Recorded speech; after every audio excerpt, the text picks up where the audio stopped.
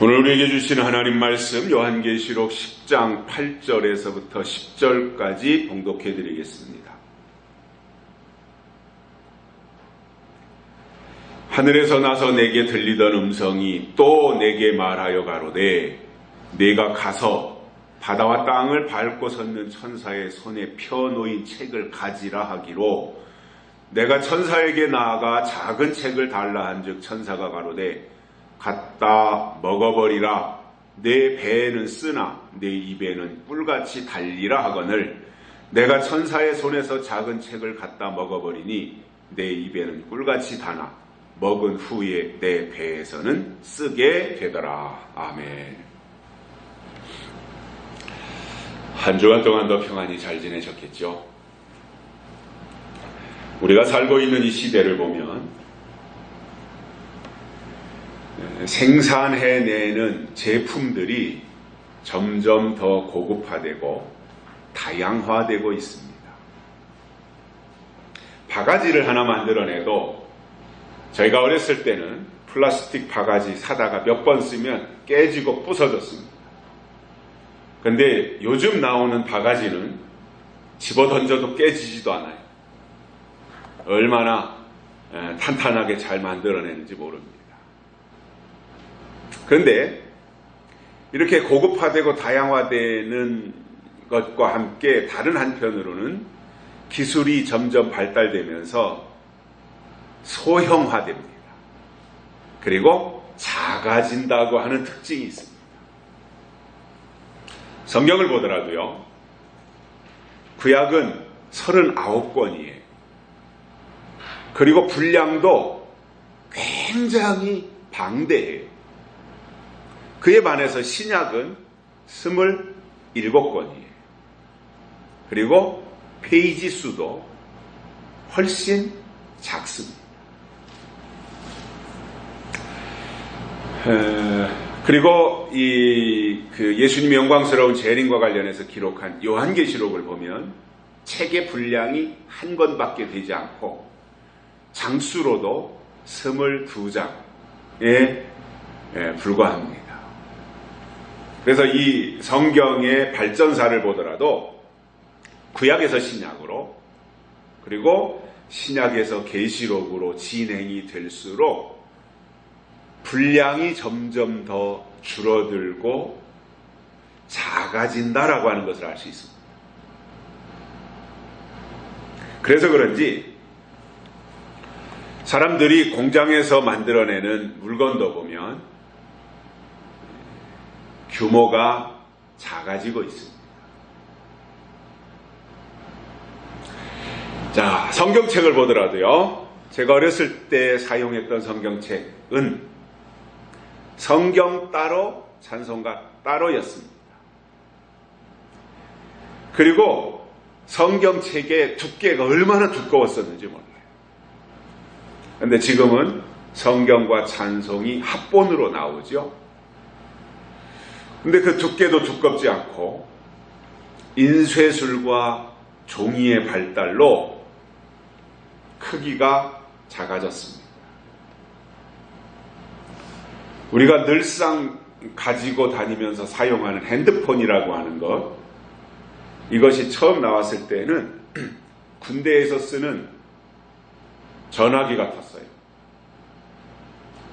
크고 그리고 휴대하기가 불편할 정도로 이렇게 사이즈가 컸었는데 지금은 기술이 발달하면서 주머니에 쏙 들어가고 손 안에 잡히는 아주 얇고 작은 규모로 핸드폰이 활용되고 있습니다. 아파트도 보면 30년쯤 전만 해도, 아니 한 25년 이 정도 전만 하더라도 무조건 큰 평수를 선호했어요. 48평, 56평 이런 아파트를 건설사가 지으면 불티나게 팔렸어요. 그리고 가서 그때 당시 비교해보면 큰 아파트는 모든 것이 참 편리하게 잘 돼 있어요. 일단 넓고 크고 앞뒤에 베란다, 창고 뭐 이런 것들이 다 갖춰져 있다 보니까 큰 아파트를 선호했는데, 지금은요 그렇게 대형 아파트를 짓는 건설사가 없어요. 큰 것을 지어놓으면 분양도 안 돼요. 그래서 지금은 24평 또는 28평, 커봤자 31, 2평짜리 아파트를 선호하고, 또 회사에서도 그 정도의 규모, 사람들의 선호도에 따라서 중소형 아파트로 분양을 하고 있습니다. 우리들의 가정에서 매일 사용하고 있는 청소기도 보면 성능은 굉장히 강화됐어요. 그런데 크기는 작아졌습니다. 시중에서 판매하고 있는 각종 전자제품도 보면 굉장히 규모가 작아지고 있습니다. 책을 보더라도요, 저희가 젊었을 때, 청년 때는 전집이나 장편 대하소설이 인기였어요. 한 30권, 적어도 한 15권 이렇게 되는 책들이 인기가 있었어요. 근데 지금은 그런 책 쳐다도 안 봐요. 아주 전문적으로 연구하는 사람들 이외에는. 그리고는 단편집, 그것도 얇은 책을 선호합니다. 얼마 전 뉴스를 보니까 과일도 그렇다고 합니다. 1인 세대가 급증하면서 큰 과일을 사다 놓으면 남겨야 되잖아요. 그래서 몇 년 전부터 사과도 작은 사과가 인기라 그래요. 배도 작은 배를 사람들이 구입을 한다 그래요. 왜냐? 그거 하나 갖다가 혼자 먹기에, 한 끼, 또 간식으로 하나 먹기에 적당한 크기를 사람들이 찾다 보니까 거기에 맞춰서 농가에서도, 농장에서도 그런 과일을 생산해낸다고 합니다. 왜 그럴까를 생각해 봤습니다. 물론 시대의 변화라고 봅니다. 대가족 위주로 살아갈 때는, 한 집에서 보통 7명, 8명, 10명 이렇게 살아갈 때는 무엇든지 많았어야 돼요. 과일도 커야 돼요. 근데 어떤 시대의 변화에 따라서 핵가족화를 뛰어넘어 이제 1인 세대가 많아지고 있다라고 하는 이러한 현상들도 반영이 됐다라고 생각을 하고요. 또 굉장히 간편함이나 편리함을 추구해요. 오늘 이 시대 사람들은. 그러다 보니까 거기에 맞춰서 구매력을 높이기 위해서 계속해서 기술 혁신을 통해서 새로운 것을 만들어내고 있다는 것이고, 이것이 이제 어떤 사회적인 현상, 일반적인 사람들의 어떤 심리, 이러한 것이 반영됐기 때문이라고 이해를 하면서, 또 다른 한편으로는 마지막 때 작은 책이 나오기 때문에 모든 것이 다 작아지고 있다라고 하는 견해라는 겁니다. 그래서 작은 책의 시대가 되면서 모든 것들이 다 작아지고 있다라는 거예요. 제가 매주일 그 녹음을 하고 있는, 이거로 제가 큐티도 녹음을 하고 또 주일 설교도 녹음을 하고 이것으로 녹음을 해서 편집을 해가지고 유튜브에 올리는데, 이게 얼마나 작아요, 그죠? 굉장히 작은, 이게 아마 이제 한 2년 정도 됐으니까 구입한 지, 뭐 지금은 또 더 작게 더 소형화돼서 나오는 것들이 있겠죠. 근데 이게 녹음기잖아요. 녹음기의 기능. 얼마나 편리해. 주머니에 넣고 다니고, 뭐 제가 속주머니에다 넣고 누가 대화하는 거 녹음해도 아무도 눈치채지 못하고. 근데 그 전에 녹음기를 보면 컸잖아요. 이런 것들이 이제 점점 이렇게 작아지고 있는데, 이러한 것을 우리가 어떻게 이해해야 되는가? 기독교적 시각에서 저는 작은 책의 시대가 다가오고 있기 때문에 모든 것도 거기에 발맞춰서 작아지고 있는 것이 아니겠는가? 이렇게 합리적으로 생각을 하게 됩니다. 그런데 이것에 이제 역행하고 있는 사람들이 있어요. 사회 분위기는 이렇게 다 점점 소형화되고 간편화되고 작아지고 다양화되고 이렇게 되는데, 이것에 역행하고 있는 것이 뭐냐면 교회라는 거예요. 이상하게도 교회는 점점 커지려고 합니다. 그리고 큰 교회 위주로 나아가려고 하고 있습니다. 반대 현상이잖아요. 그죠? 지금은 학교에 가서 학급에 있는 반 학생들도 25명, 많아야 30명이라 그래요. 제가 중학교 1학년 입학했을 때 똑같은 교실 한 칸이 25평인데 똑같은 교실 안에 75명이 있었어요. 제가 중학교 1학년 들어갔을 때.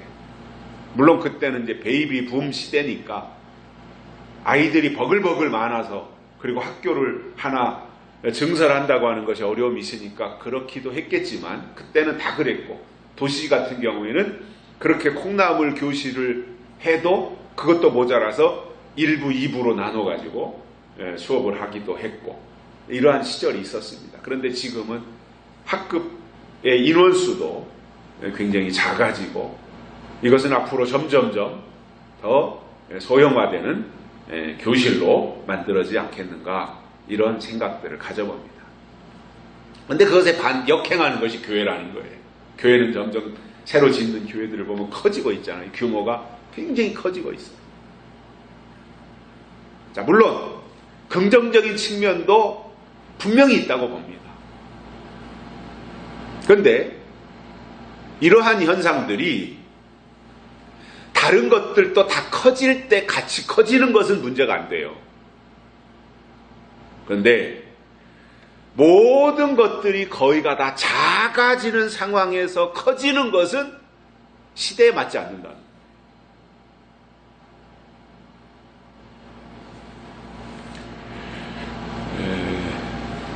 종교가, 특히 교회도 그렇고 천주교도 그렇고 일반 다른 종교들도 그렇고요,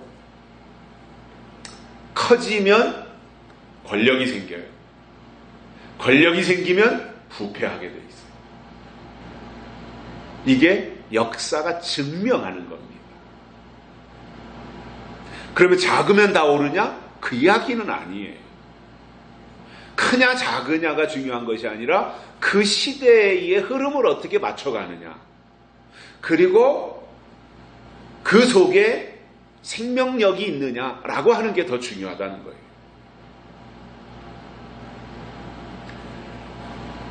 그래서 요즘은 시골에서 농사를 져도요, 강소농이라고 그러죠. 강소농. 강하고 작은 농사.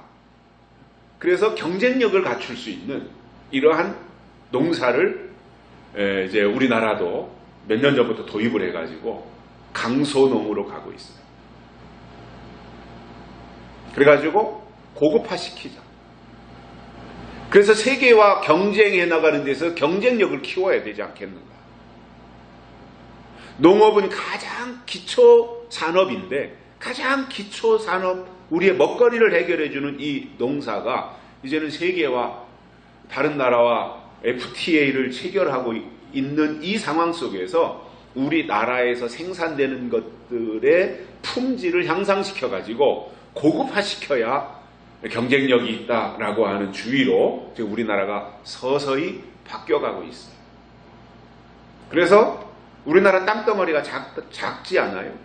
뭐 미국이나 캐나다나 호주나 이런 데는 땅이 워낙 넓다 보니까 밀을 심고 보리를 심고 옥수수를 심어도 수백 정 되는 이러한 땅에다가 옥수수를 심고 밀을 심으니까 대단하게 하지만, 우리나라 같은 경우에는 땅덩어리 자체가 작다 보니까 소규모의 농사를 짓기 때문에 그거를 더 고급화시키는 강한 농사로 가야 된다라고 하는 주장들이 제기되고 있고, 그러한 방향으로 지금 가고 있습니다. 자, 시대적인 흐름이라고 봅니다, 저는. 그리고 그것이 시대적인 흐름이고 대세라면 맞춰가야 되는 겁니다. 작아질 때는 작아져야죠. 같이.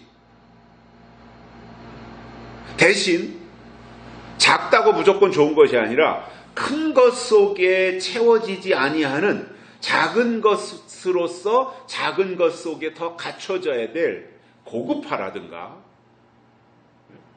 또 작지만 그 작은 것이 갖춰야 될 어떤 다른 것과 비교할 수 없는 어떤 경쟁력이라든가, 이러한 것들을 갖춘다면 크냐 작으냐는 과히 중요한 것은 아니라고 봐요.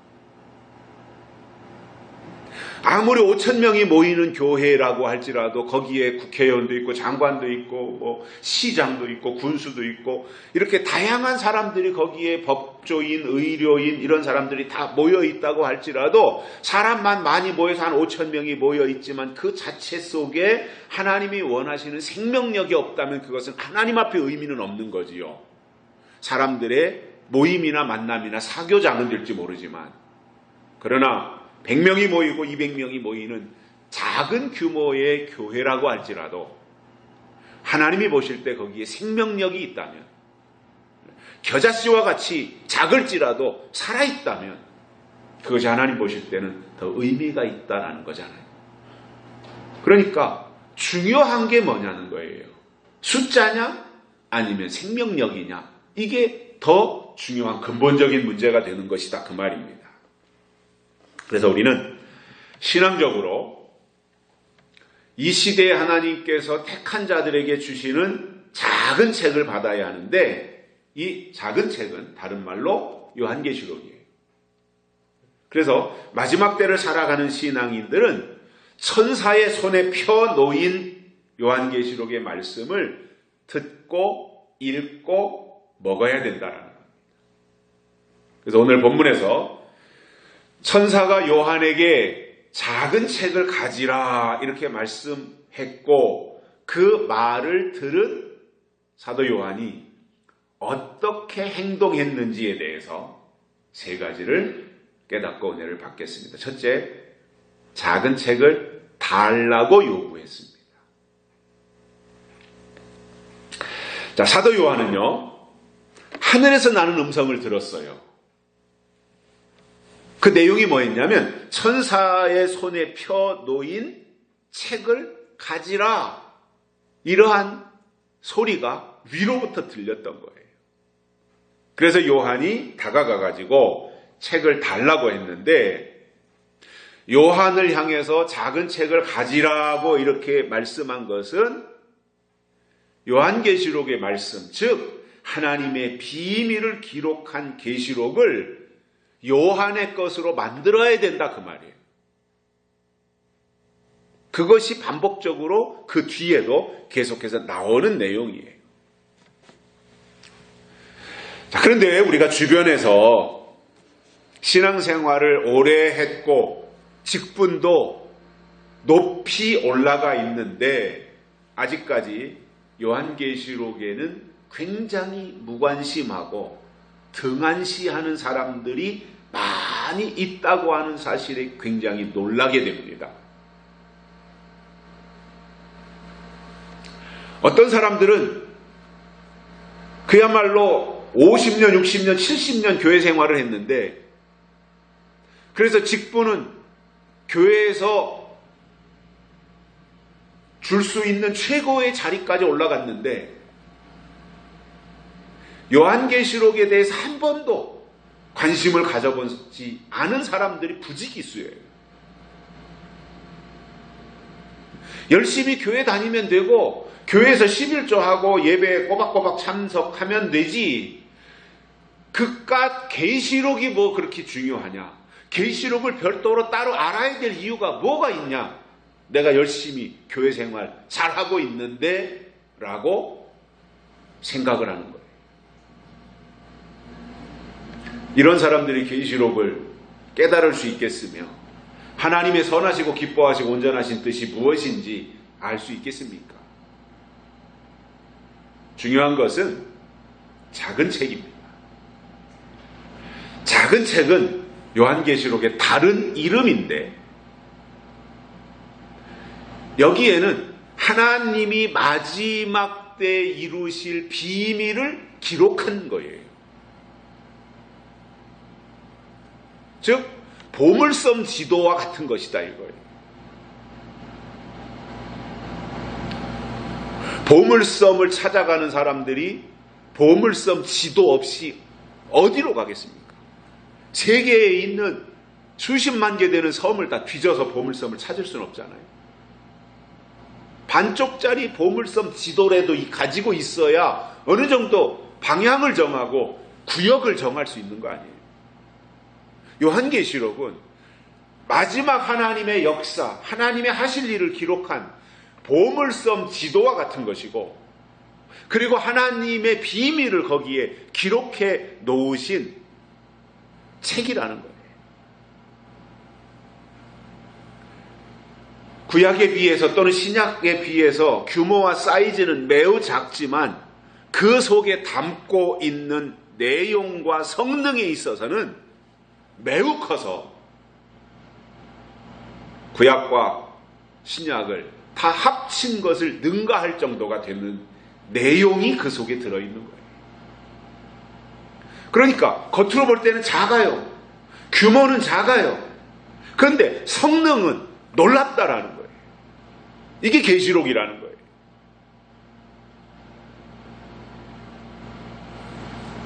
외형이 중요합니까? 성능이 중요합니까? 사람을 놓고 보더라도 그 사람의 어떤 외모가 중요합니까? 그 사람 속에 담고 있는 어떤 가치와 실력과 그 사람을 통해서 발휘될 수 있는 성능이 중요한 겁니까? 제가 가끔씩 말씀드리지만 빌 게이츠나 스티브 잡스 같은 사람들은 똑같은 하나의 인격체예요. 근데 그 사람들의 가치는 아프리카 사람들 다 합친 것보다 훨씬 더 높은 거예요.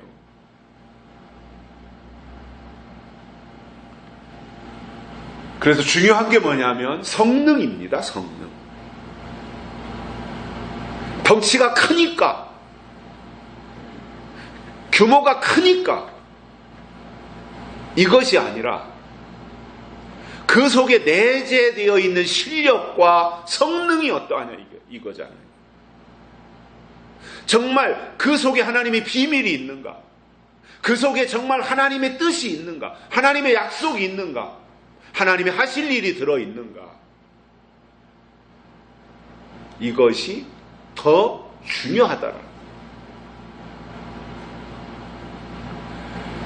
규모도 큰데 성능도 좋다. 그러면은 저는 금상첨화라고 생각을 해요.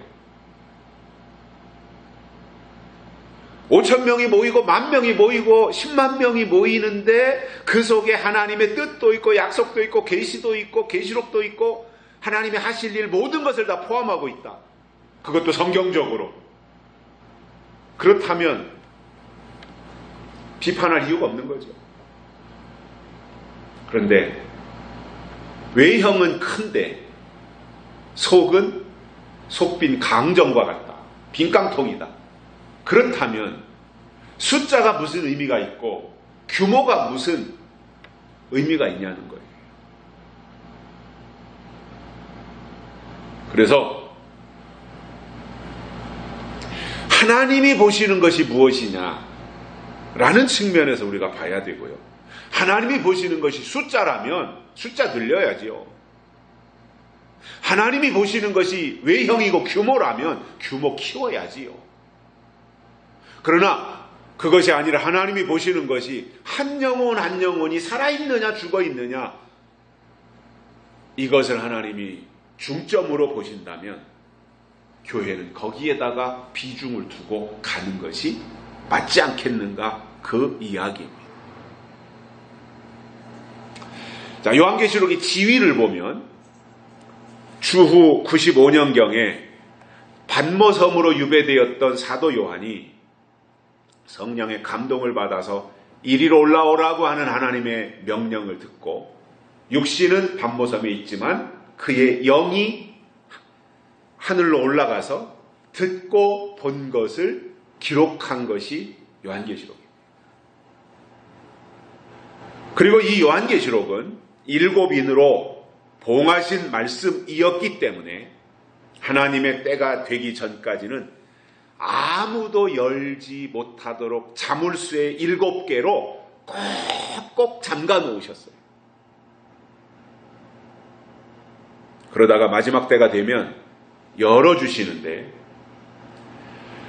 7인으로 봉하신 분이 하나님이시기 때문에 그 7인을 떼시고 개봉하시는 분도 하나님이시라는 거예요. 봉하신 분이 열어주시는 거예요. 요한계시록 5장 1절에는 7인으로 봉함한 책이 나옵니다. 그리고 7절에서는 이 책을 예수님이 취하셨다고 합니다. 그리고 6장 1절에서 인을 떼시면서 개봉하셨고 여셨고, 그리고 8장에서 나팔을 불면서 하나님의 비밀들이 하나하나 속속들이 공개되기 시작했던 겁니다. 그러므로 하나님이 봉해놓고 계실 때는 그것을 열겠다고 시도할 필요가 없는 거예요. 하나님이 봉해놓으셨는데 왜 자기가 무슨 권한으로 그것을 열겠다고 합니까? 안 될 일이고요. 반대로 하나님이 인을 떼시고 그 말씀을 열어주셨는데 무관심하고 계시록을 듣거나 말하지 않는다면 그것은 신앙이 결핍되고 영양실조에 걸려서 구실을 못하게 되는 거예요. 저는 작은 책인 요한계시록을 하나님이 열어주셨고 그 말씀을 받아야 될 때는 이미 지나갔다 이렇게 생각해요. 지나고 있다. 지나가서 끝났다는 것이 아니라 이미 열어주셔서 그 말씀을 받기 시작한 지가 한참 됐다라는 거죠.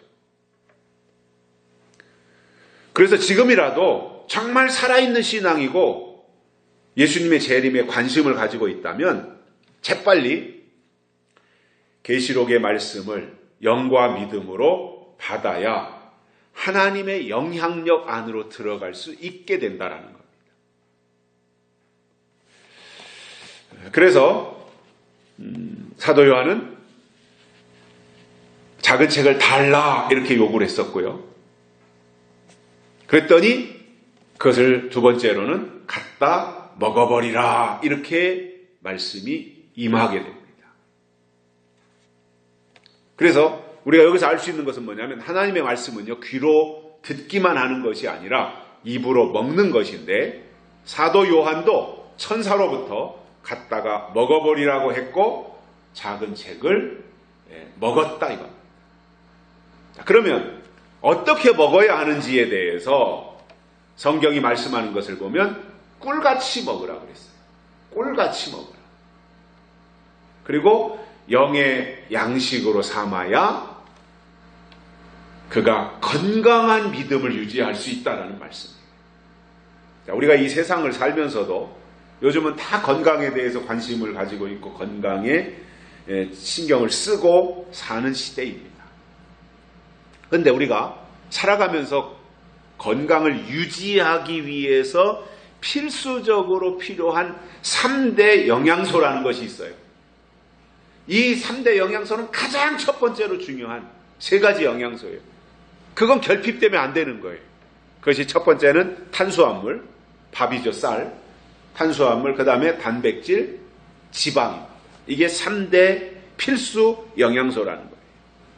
그래서 이 3가지는요, 우리 몸을 구성하는 영양소 중에서 에너지원으로 쓰이는 역할을 하는 거예요. 이번에 움직이려면, 살아가려면 에너지가 있어야 되잖아요. 에너지가 있어야 뭐 심장도 뛰고 혈액도 공급되고 활동도 하고 이런 거잖아요. 그래서 탄수화물과 단백질과 지방은 3대 필수 영양소로서 우리 몸에 에너지원을 공급하는 역할을 하는 거예요. 자, 그러면 이 3가지만 충족되면 되느냐? 그렇지 않아요. 이것은 에너지원이고 이 3가지는 이것뿐만 아니라 부영양소라는 것이 있어요. 부영양소. 그것이 뭐냐면 물, 무기염류, 그 다음에 비타민. 이것이 또 있어야 되는 거예요. 그래서 주영양소와 부영양소가 있어서 이런 것이 적절하게 균형을 맞추고 공급을 해줘야 건강을 유지할 수 있는 것처럼 영적으로도 마찬가지라는 겁니다. 마지막 때 하나님이 주신 신앙을 잘 유지하고 발전하는 데 있어서 가장 중요한 것은 요한계시록인 것은 맞아요. 저는 이것이 필수 영양소라고 봐요. 요한계시록. 그런데 그러면 요한계시록만 먹으면 되느냐? 나는 탄수화물을 섭취해야 내가 활동하는 데 필요한 에너지가 거기서 나오니까 나는 탄수화물 밥만 먹으면 된다. 쌀만 있으면 된다. 그게 아니잖아요. 나는 마지막 때 재림신앙을 가지기 위해서 난 요한계시록만 알면 되고 난 요한계시록만 있으면 된다. 물론 그렇게 주장하면 그것이 굉장히 저 사람 신앙이 센 신앙이고 대단한 신앙을 가진 것처럼 왜곡돼서 보일지는 모르지만 그게 아니잖아요. 주영양소와 부영양소가 있다라는 거잖아요. 그러면 주영양소가 요한계시록인 것은 맞고 그 다음에 부수적으로 우리가 갖춰야 될 것이 선지서나 편지서나 복음서나 역사서나 이러한 것이 균형 있게 우리 안에 들어와서 골고루 섭취가 될 때 건강한 신앙을 유지할 수 있게 된다는 거예요. 사람도 살면서 영양의 불균형이나 어떠한 영양소가 결핍되어져서 건강을 상실하게 되어지면 역할이나 구실을 못하잖아요. 영적으로도 마찬가지예요. 하나님이 공급해 주시는 에너지원이 있고 또 그 이외의 것들이 우리에게 갖춰져야 되는데 우리가 흔히 가끔씩 말하듯이 어떤 필요한 필요 조건이 있고 충분 조건이 있는 거 아니에요? 그래서 우리에게 꼭 필요해야 된다. 또 우리에게 그것이 충족되어져야 된다. 이러한 것들이 같이 다 균형 있게 조화를 이루어서 우리 속에 채워져야 되는 거예요. 그래서 저는 어느 한쪽으로 기울거나 치우쳐서 될 일이 아니다. 건강을 유지하기 위해서는 건강을 유지하는 데 있어서 필요한 어떠한 먹는 것이나 활동하는 것이나 운동하는 것이나 생각하는 것이나 이런 것들이 다 균형을 이루고 조화를 이루어야 되듯이 영적으로도 건강한 신앙을 유지하기 위해서는 그러한 필요한 것들이 우리 속에 들어와서 충족되어지고 그것이 잘 조화롭게 균형을 이루어야 건강한 신앙생활을 할 수 있어요. 사람도 병이 깊게 들면 활동을 못하고 쓸모가 없어지잖아요. 신앙도 마찬가지예요. 건강한 신앙일 때 하나님이 쓰시지 병이 깊이 든 신앙을 하나님 어떻게 쓰시겠습니까?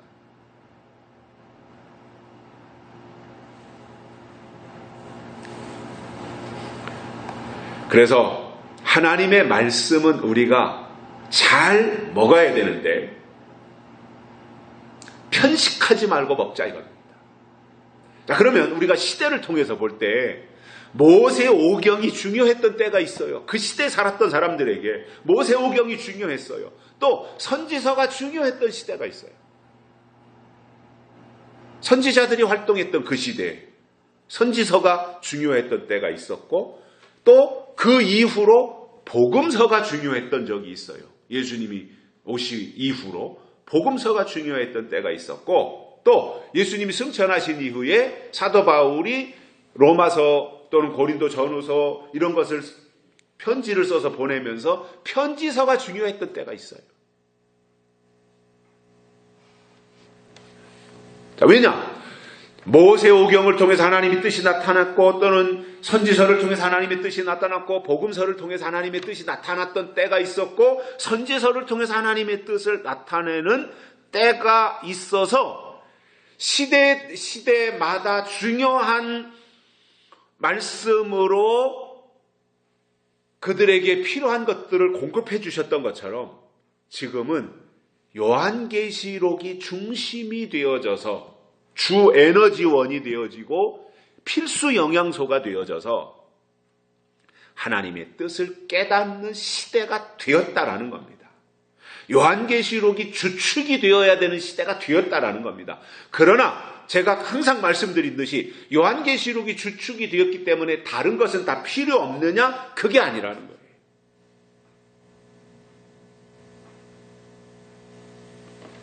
다 보완해야 되고 보충해야 되고 첨가되어져야 되고,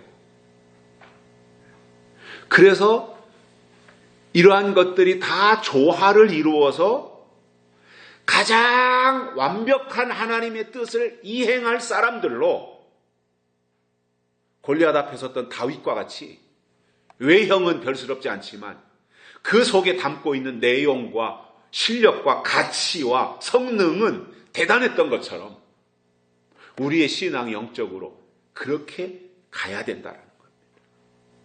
그래서 요한계시록이 우리가 섭취해야 될 주식이 되어서 에너지를 충분하게 공급을 받고 가장 중요한 것이 우리에게 채워지고 나서 나머지 다른 영양분들도 골고루 공급을 받으면 오장육부가 튼튼해지지 않겠냐라는 거예요.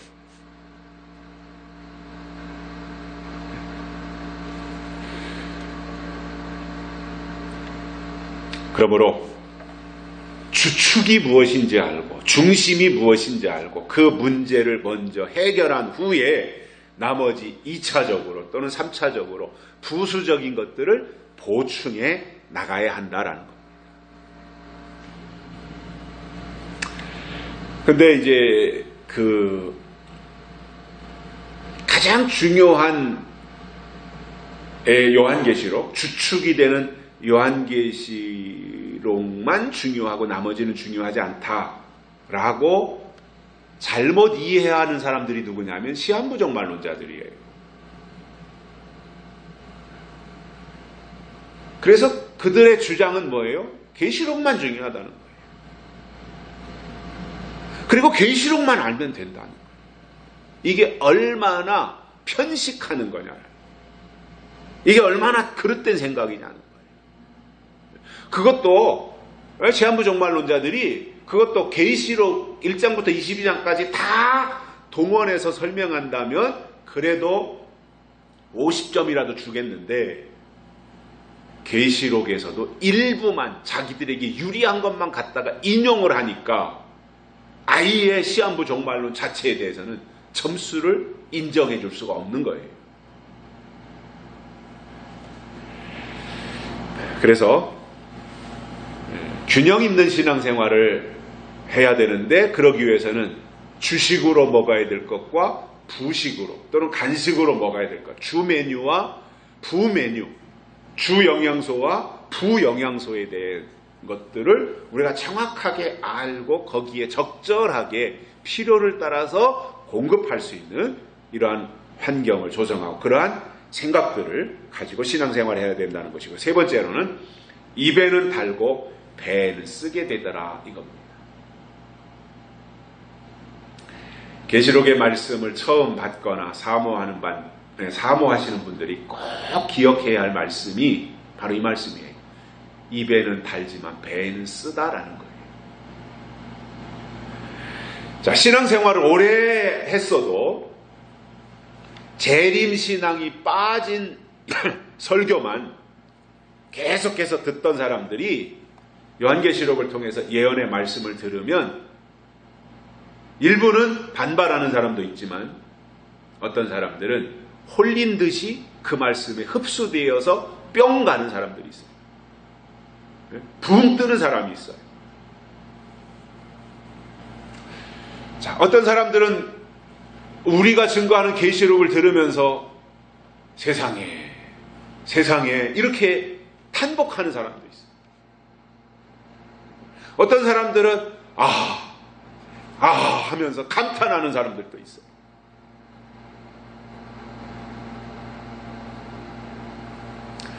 그 사람들이 어떤 사람들이냐? 성경에 대해서 관심을 가지고 있고 성경을 알기를 원했는데 너무 얕은 곳에서만 머물러 있다 보니까 깊이 있는 내용을 알지 못했던 것이고, 그러다가 깨닫고는 탄식하게 되더라는 거예요.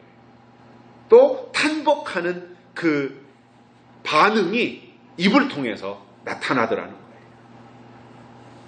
자, 그동안 많은 사람들이 우리가 증거하는 성경적 재림신앙을 통해서 계시록을 들으면서 감동도 했고 깨달음도 받은 것은 사실입니다.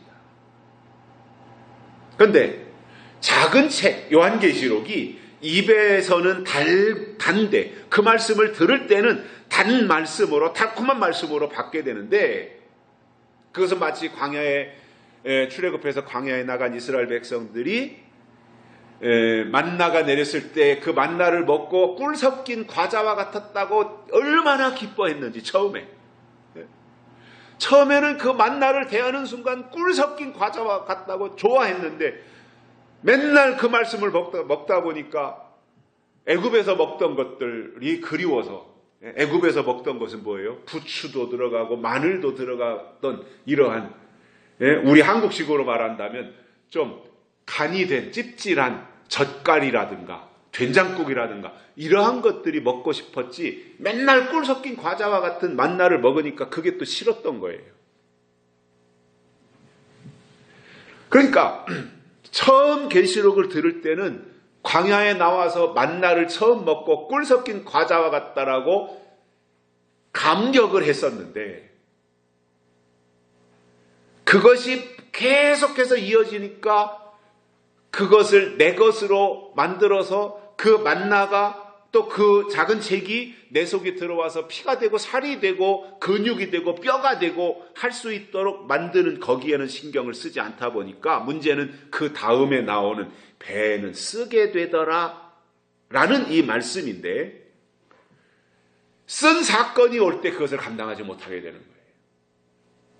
입에 단 것은 누구나가 다 좋아해요. 사탕 싫어하는 사람 있습니까? 입에서 단 꿀, 그것도 토종꿀, 석청, 이러한 것을 싫어할 사람이 없잖아요. 그런데 입에서 그렇게 단 것은 좋아하는데 배가 뒤틀리고 배가 쓴 이 일이 생길 때 그것을 좋아할 사람이 누가 있습니까? 그러나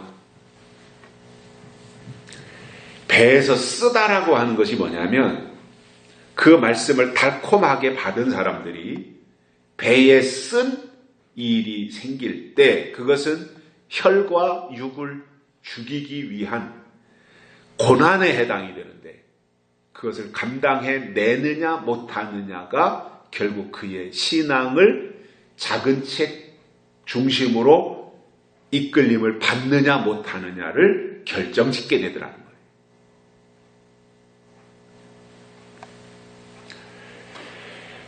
그래서 성경은 혈과 육은 하나님의 나라를 유업으로 받지 못한다 그랬어요. 이게 고난이라는 것을 통해서 혈과 육을 죽이게 되는데,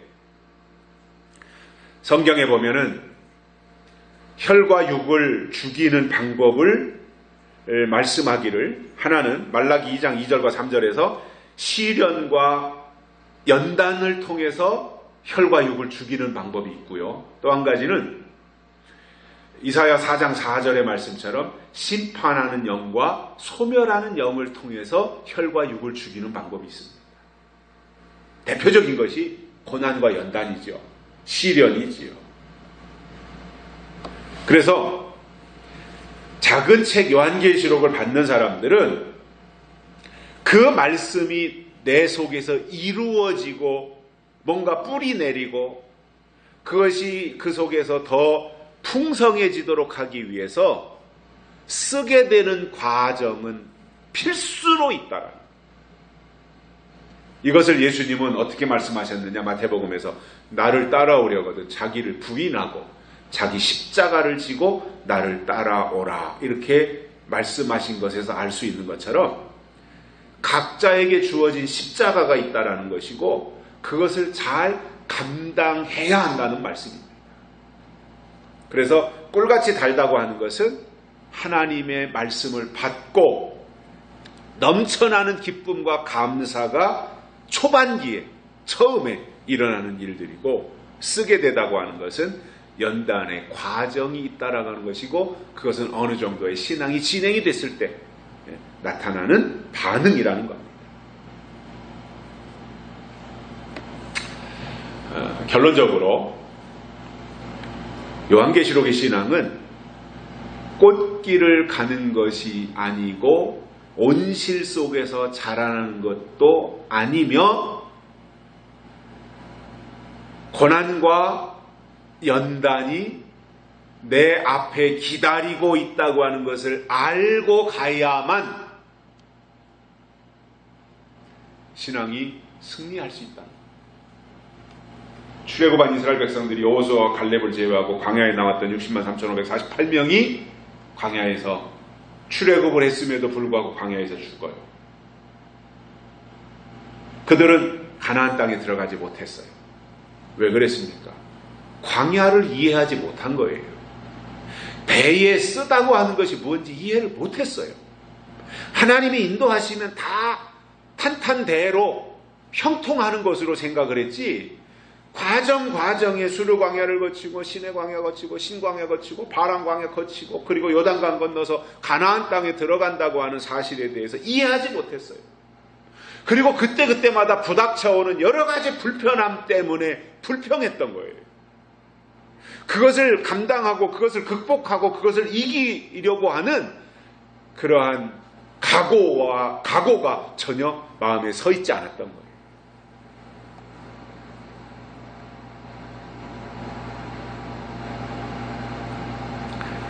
그러다 보니 조금 불편하면 불평하는 거예요. 조금 어려우면 원망하는 거예요. 그러나 우리가 약속을 받은 사람으로서 작은 책을 먹은 사람들로서 어렵다고 해서 포기하지 말아야 될 것은 그러한 힘든 과정을 잘 통과하면서 신앙이 조금씩 성장하고 하나님과의 관계가 더 밀착되더라는 겁니다.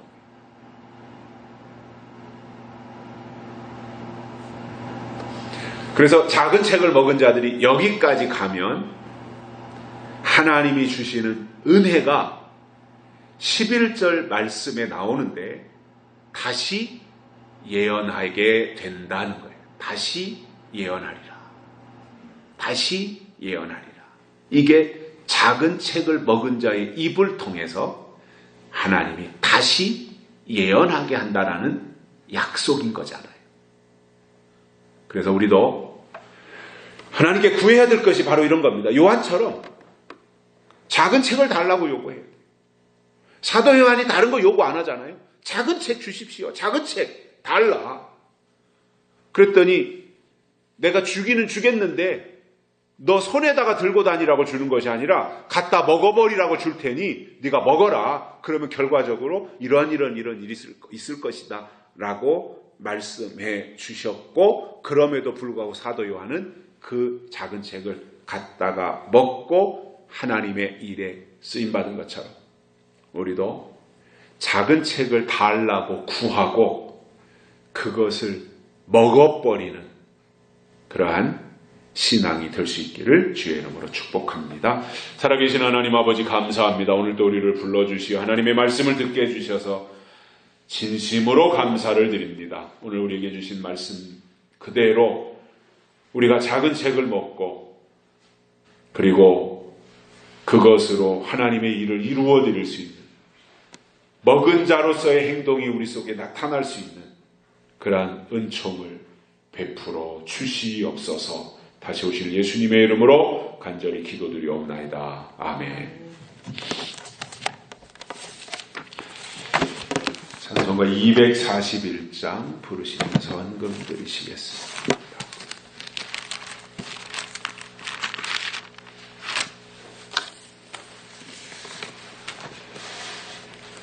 하나님 아버지 주신 책은 귀하고 중하신 말씀일세. 기쁘고 반가운 말씀 중에 날 사랑한단 말 참 좋도다. 주 나를 사랑하시오니 즐겁도다. 주 나를 사랑하시오니 나는 참 기쁘다. 구속의 은혜를 저버리고 어긋난 딴 길로